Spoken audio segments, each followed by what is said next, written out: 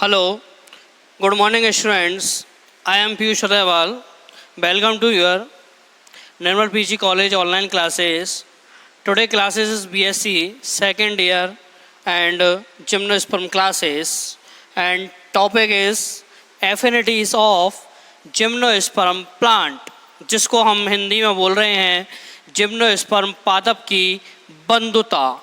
हमने पिछली वीडियो में पिछली क्लास में भी बंधुता के बारे में देखा था और हमने ये देखा था कि बंधुता किस प्रकार से जिम्नोस्पर्म प्लांट में टेरिडोफाइट्स प्लांट से और एंजियोस्पर्म प्लांट से किस प्रकार से पाई जा रही है। अर्थात कहने का मतलब ये है कि जिम्नोस्पर्म प्लांट कुछ लक्षण तो अपने टेरिडोफाइट्स के दिखा रहे हैं और कुछ लक्षण अपने एंजियोस्पर्म के दिखा रहे हैं। उनमें समानता भी थी, अर्थात सिमिलरिटीज़ भी अपन कह रहे हैं। उसके बाद में हम हायर जिम्नोस्पर्म प्लांट की स्टडी भी कर रहे हैं तो उनमें टेरिडोफाइट्स प्लांट से डिससिमिलरिटीज़ भी पाई जाती हैं। अर्थात कहने का मतलब ये है कि अलग अलग उसमें अपने को कैरेक्टर्स देखने को मिल रहे हैं। और एंजियोस्पर्म प्लांट से हम आज की क्लास में एफिनिटीज़ के बारे में देखेंगे कि किस प्रकार से एफिनिटीज़ जिम्नोस्पर्म की एंजियोस्पर्म के साथ में होती है। पिछली वीडियो में हमने जिम्नोस्पर्म प्लांट की एफिनिटीज़ को टेरिडोफाइट्स प्लांट के साथ में देखा था जिसमें कि समानता और हमने असमानता सिमिलरिटीज़ और डिससिमिलरिटीज़ के बारे में हमने देखा था। तो आज की हम क्लास में एंजियोस्पर्म प्लांट के साथ में बंधुता को देखेंगे। तो एंजियोस्पर्म प्लांट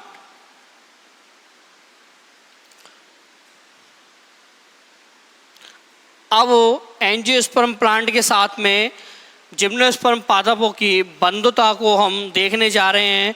तो सबसे पहले हम इसकी समानता या सिमिलरिटीज़ की बात करेंगे कि कौन कौन से अपने ऐसे लक्षण आते हैं जिससे कि जिम्नोस्पर्म प्लांट एंजियोस्पर्म प्लांट से समानता दिखाई देते हैं। पिछली क्लास में हमने ये भी बताया था कि जिम्नोस्पर्म जो प्लांट होते हैं वो टेरिडोफाइट्स और एंजियोस्पर्म प्लांट्स की कनेक्टिव लिंक अर्थात योजक कड़ी भी होती है। तो आपको ये याद होना चाहिए।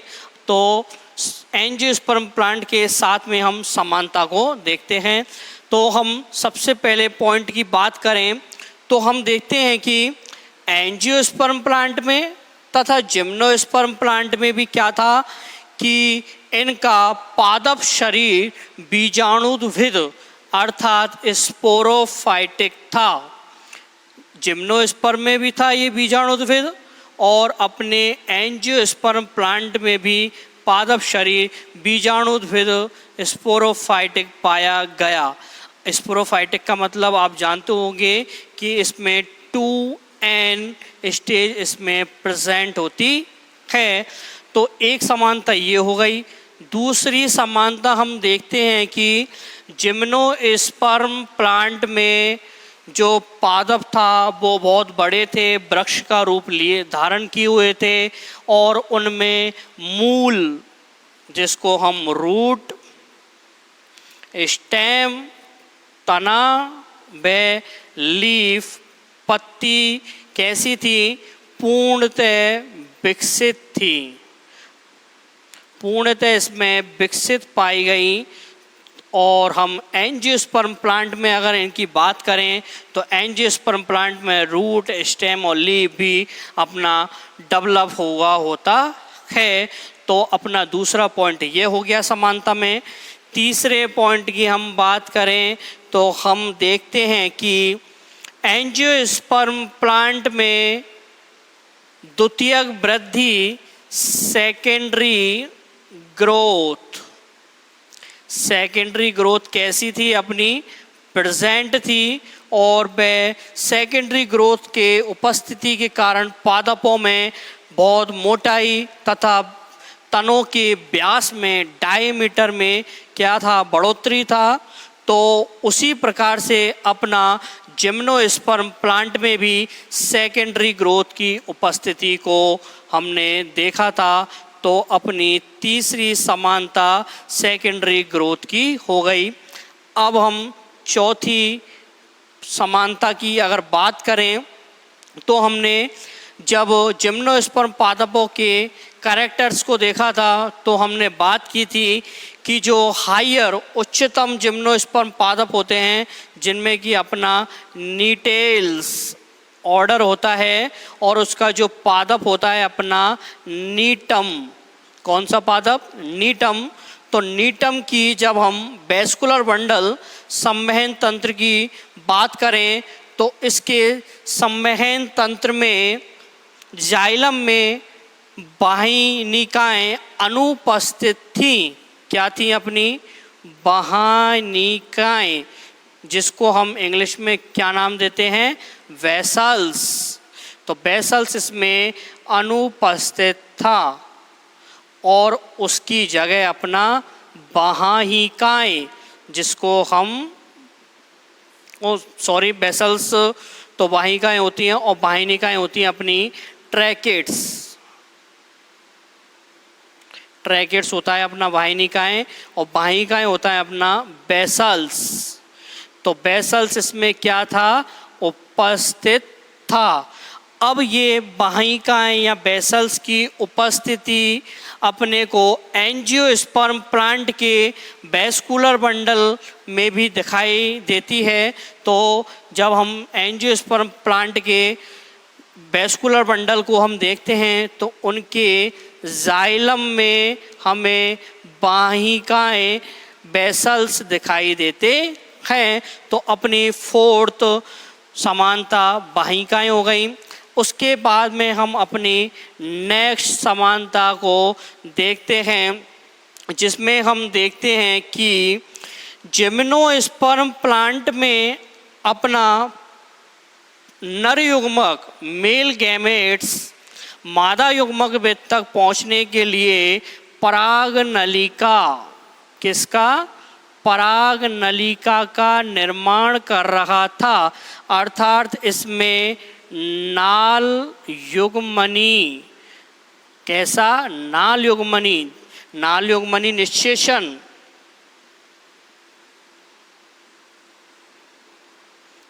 नाल युग्मनी निश्शेषण। तो आप जानते हैं कि नाल युग्मनी निश्शेषण क्या होता है कि ऐसा निश्शेषण जिसमें नर युग्मक मादा युग्मकोद्भिद तक पहुंचने के लिए पराग नलिका पोलन ट्यूब का निर्माण करता है। तो उसको हम नाल युग्मनी निश्शेषण बोलेंगे। तो जिम्नोस्पर्म प्लांट में पराग नलिका बनती है और एंजियोस्पर्म प्लांट में हम देखें तो उसमें तो पराग नलिका पोलन ट्यूब का निर्माण होता ही है।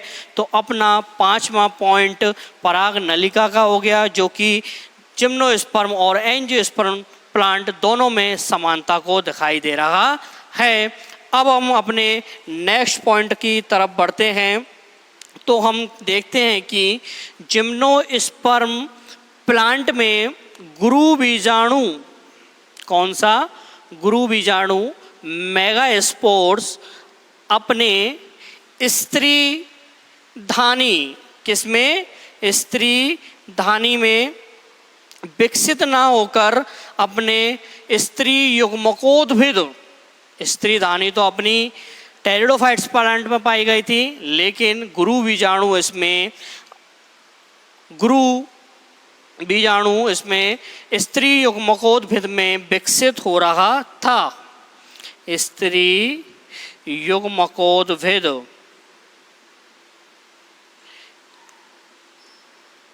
स्त्री युग्मकोद्भिद में इसका विकास हो रहा था। तो स्त्री युग्मकोद्भिद में विकास होने से क्या था कि गुरु बीजाणु धानी बीज में परिवर्तित भी हो रही थी, में इसमें विकास और अपना बीजाणु धानी में अपना बीज भी निर्माण हो रहा था। बीज निर्माण आया। तो अपनी ये भी एक समानता पाई गई कि गुरु बीजाणु का जो विकास है वो स्त्री युग्मकोद्भिद में हुआ, जिम्नोस्पर्म प्लांट में, और एंजियोस्पर्म प्लांट में अपना स्त्री युग्मकोद्भिद का विकास होता ही है और बीजाणुधानी से बीज का निर्माण होता है। अब उसके बाद में हम अपने नेक्स्ट पॉइंट को देखें तो देखते हैं कि हम जिम्नोस्पर्म प्लांट में बीजांड, क्या बीजांड, जिसको हम ओव्यूल नाम दे रहे हैं, बीजांड का निर्माण होता है। और बीजांड निर्माण के साथ साथ में उसमें बीज का भी निर्माण होता है। तो बीजांड वह बीज दोनों का इसमें निर्माण पाया गया, विकसित भी थे ये, लेकिन बीज पर किसी भी प्रकार का आवरण नहीं था। तो बीजांड और बीज की उपस्थिति इनको एंजियोस्पर्म प्लांट के साथ में समानता का को दिखाता है। तो इसलिए हम इस गुण के आधार पर कह सकते हैं कि जिम्नोस्पर्म प्लांट एंजियोस्पर्म प्लांट से सिमिलरिटीज़ या समानता को दिखाई दे रहे हैं। एक बार फिर हम इनको रिपीट करते हैं। Angiosperm plant, gymnosperm plant. तो एंजियोस्पर्म प्लांट में हम देखते हैं कि इनका पादप का शरीर होता है वो बीजाणुद्भिद होता है। जिम्नोस्पर्म प्लांट में भी अपना स्पोरोफाइटिक बॉडी पाई गई थी। जिम्नोस्पर्म में हम देखते हैं कि रूट्स, स्टेम और लीफ पूर्णतः विकसित था। एंजियोस्पर्म में अपना विकसित ही होता है। तीसरा पॉइंट था अपना सेकेंडरी ग्रोथ, द्वितीयक वृद्धि। तो जिम्नोस्पर्म प्लांट में ये पाई जाती है, एंजियोस्पर्म प्लांट में ये उपस्थिति होती है। अपना फोर्थ पॉइंट था कि जिम्नोस्पर्म प्लांट में, उच्चतम जिम्नोस्पर्म प्लांट में नीटेल्स एक गण होता है। नीटेल्स ये एक गण का नाम है, ऑर्डर है ये, जिसका एक पादप है अपना नीटम। तो नीटम में क्या था कि वाहिनिकाएँ, ट्रैकेट्स अनुपस्थित थी और जाइलम के जो वेस्कुलर बंडल होता है अपना, उसकी वाहिकाओं में वेसल्स उपस्थित थी। तो जो कि एंजियोस्पर्म प्लांट में भी ये कंडीशन अपने को देखने को मिलती है कि जाइलम में वाहिकाएँ या वेसल्स उपस्थित होती हैं। उसके बाद में हम देख रहे हैं कि जिम्नोस्पर्म प्लांट में नर युग्मक को मादा युग्मकोद्भिद तक पहुंचने के लिए पराग नलिका का निर्माण वह करता था और उसको हम कैसा निषेचन बोलते थे, नाल युग्मनी, अर्थात उसमें किसी भी नली का निर्माण होगा। नाल का मतलब यहाँ पर नलिका है, तो नलिका यहाँ पर हो गई अपनी पराग नलिका, जिसको हम पोलन ट्यूब बोल रहे हैं। और पोलन ट्यूब अपनी एंजियोस्पर्म में पाई जाती है। छठा पॉइंट था अपना कि गुरु बीजाणु, जिम्नोस्पर्म प्लांट में अपना मेगास्पोर या गुरु बीजाणु स्त्री युग्मकोद्भिद में विकसित हो रहा था और यही गुण अपने को एंजियोस्पर्म प्लांट में भी देखने को मिलता है। उसके बाद में अपना लास्ट पॉइंट था बीजांड व बीज का निर्माण। तो जिम्नोस्पर्म प्लांट में आपने देखा था कि बीजांड भी बनता है और बीजांड क्या होता है, या तो सीधे ही पत्तियों पर या सीधे ही तने पर नग्न अवस्था में हमको दिखाई पड़ता है। इसलिए हम जिम्नोस्पर्म प्लांट को नग्न बीजांडधारी या नग्न बीजी पादप भी कहते हैं। तो बीजांड और बीज का निर्माण जिम्नोस्पर्म के साथ साथ में एंजियोस्पर्म प्लांट में तो होता ही है।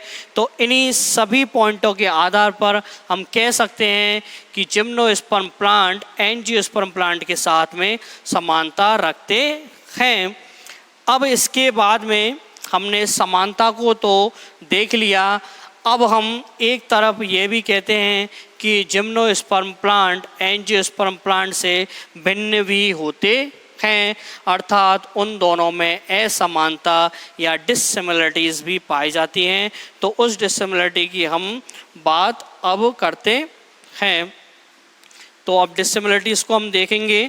जिस प्रकार हमने टेरिडोफाइट्स प्लांट के साथ में इसकी डिससिमिलरिटीज़ को भी देखा था और उसमें कई सारे पॉइंट आते हैं अपने डिससिमिलरिटीज़ के, वैसे ही पॉइंट अपने एंजियोस्पर्म प्लांट के साथ में आएंगे। तो अपन बात करते हैं असमानता की। असमानता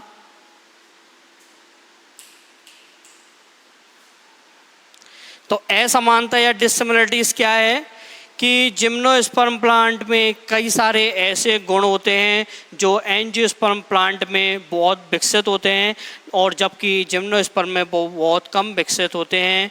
तो उनमें हम सबसे पहला देखते हैं कि जिम्नोस्पर्म में इसके वैस्कुलर बंडल या संवहन तंत्र में जाइलम की अगर उसमें जाइलम को अगर देखा जाए तो इसमें वाहिनिकाएं जिसको हम क्या नाम दे रहे हैं, ट्रैकिड्स। और ट्रैकिड्स की इसमें क्या थी, उपस्थिति थी जिम्नोस्पर्म के जाइलम में। अगर हम इसी कंडीशन को एंजियोस्पर्म में देखें, एंजियोस्पर्म प्लांट में बात करें, तो उसके वैस्कुलर सिस्टम या संवहन तंत्र में जाइलम में वाहिनिकाओं की उपस्थिति नहीं होती है। उसके स्थान पर वाहिकाएं, जिसको अपन बोलते हैं बेसल्स, क्या नाम देते हैं, बेसल, तो बेसल्स की उपस्थिति पाई गई।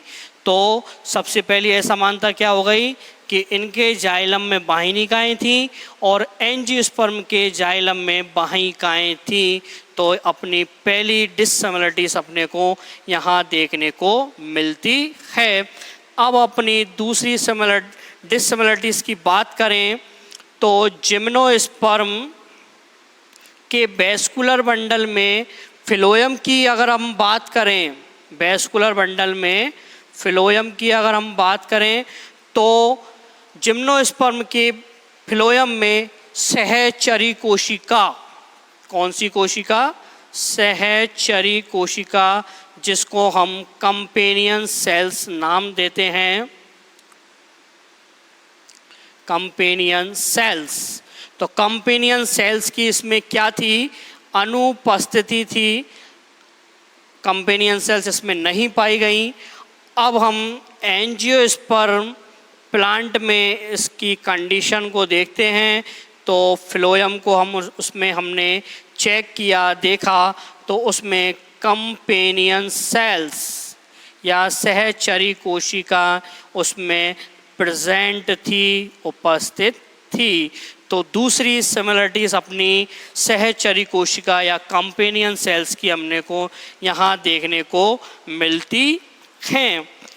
अब उसके बाद में हम तीसरी डिससिमिलरिटीज को देखें तो जिम्नोस्पर्म प्लांट की अगर बात की जाए तो जिम्नोस्पर्म प्लांट के जो जननांग सेक्स ऑर्गन्स होते हैं वो किस रूप में पाए जाते हैं, अपने शंकु रूप में। और उसको हम दूसरा नाम कह रहे थे स्ट्रोबिलाई। क्या नाम दे रहे थे, शंकु को दूसरा नाम स्ट्रोबिलाई। और यह स्ट्रोबिलाई जिम्नोस्पर्म प्लांट में कैसा पाया जाता था, एक लिंगी। कैसा, एक लिंगी, मोनोशियस कंडीशन पाई गई।